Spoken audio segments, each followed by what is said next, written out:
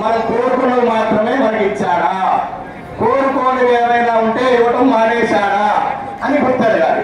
కాబట్టి ముందర కర్తవ్యం ఏంటి? గొప్పదైన మానవ జన్మ మనం పొందినందుకు కృతజ్ఞతగా భగవదారాధన చేస్తే, అంటే ఈ మానవ జన్మలో కూడా లోటు ఉంది. ఏ లోటు? దుష్కృతం కూడా కలిసి ఉన్నది. జన్మ రాహిత్యమే మనకు కావాల్సింది. ఇంకో జన్మ కాదు, జన్మరాహిత్యం కావాలి. ఆ జన్మరాహిత్యం జన్మ మాత్రమే మానవ జన్మ మనకు లభించేశారు. ఈ మానవ జన్మ ద్వారా శాశ్వతమైనటువంటి పుణ్యాన్ని మనం మోక్షాన్ని సాధించాలనేటువంటి కర్తవ్యంతో భగవదారాధన చేస్తూ ఉంటే ఇంతకన్నా ఉన్నతమైనటువంటి జన్మన్నా మనం పొందుతాం.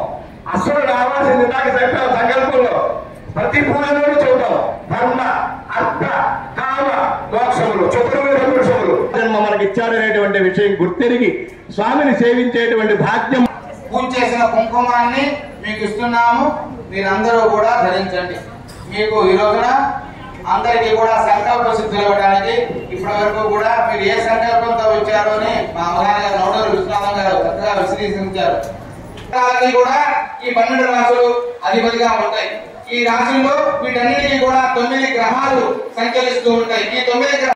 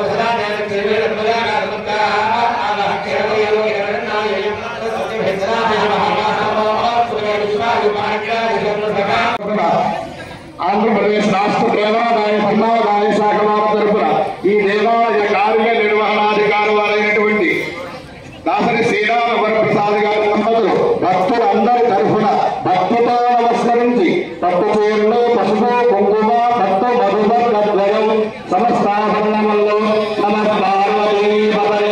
హర హర మహాదేవ హర. ఓం బ్రహ్మ ఓం